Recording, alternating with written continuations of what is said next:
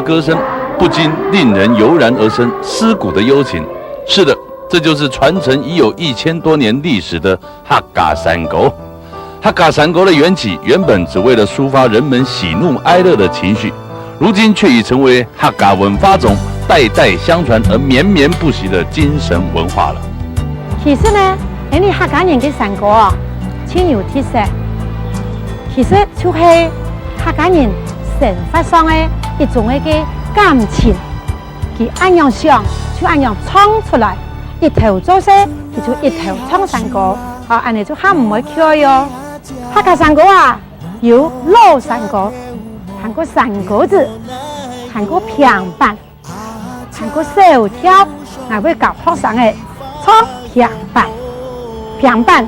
學生嘅就較愛唱。也較接觸，和學生嘅較喜歡唱嘅呢，就是小調，客家小調，就像天公落水啊、桃花開啊、唱船跳啊，像這些呢，我哋小朋友唱嘅，就是小調嘅部分，一頭唱山歌，一頭本起道具來配合，嘅學生就當有興趣哦，我嘅主張啊，就係加唱歌嘅來學客家話，安尼呢，客家話也學到嘅，客家山歌也學到嘅。天公啊，落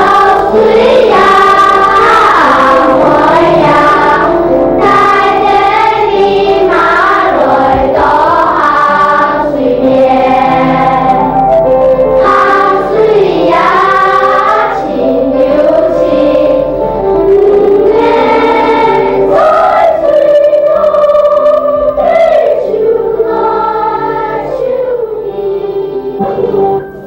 用的想就用的唱出来，这即兴的创作就是客家山歌最大的特色之一。在新建苗栗头份国小的生活教育中，能融入客家山歌的教唱之余，令人庆幸的看到客家文化的薪火相传。希望这些小朋友们能在客家山歌的教唱之中，体认到乐天知命的客家人，因为有了山歌而充分展现出我们浓郁的生活情感。更因此丰富了我们的生命。随遇而安的客家人，借着即兴唱出的山歌，不但传递着我们对生活、对大自然，甚至对你我的关爱之外，彼此之间的心意相连，也透由演唱者当时的情绪而表露无遗。这传承已有1000年历史的客家山歌，不论唱出的是哪一首曲调，描述深刻入微的歌词中，再道尽了客家人克勤克俭的生活哲学，以及随遇而安的生命力，那种安于天命的生活韧性，也許這就是我們客家人的特有文化吧。上夜拉絲啊連真啊真是連，打扮啊要三妹，打扮啊要三妹，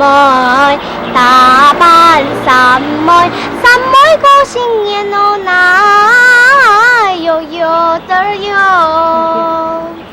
上夜拉絲啊連真啊真是連，打扮啊要三妹，打扮啊要三妹，打扮三妹，三妹過新年哦那有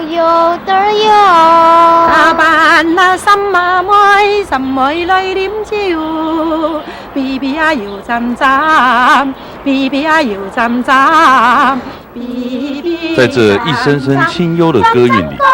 经由这山歌交唱的传承中，我看到我们客家文化绵绵情谊的新传。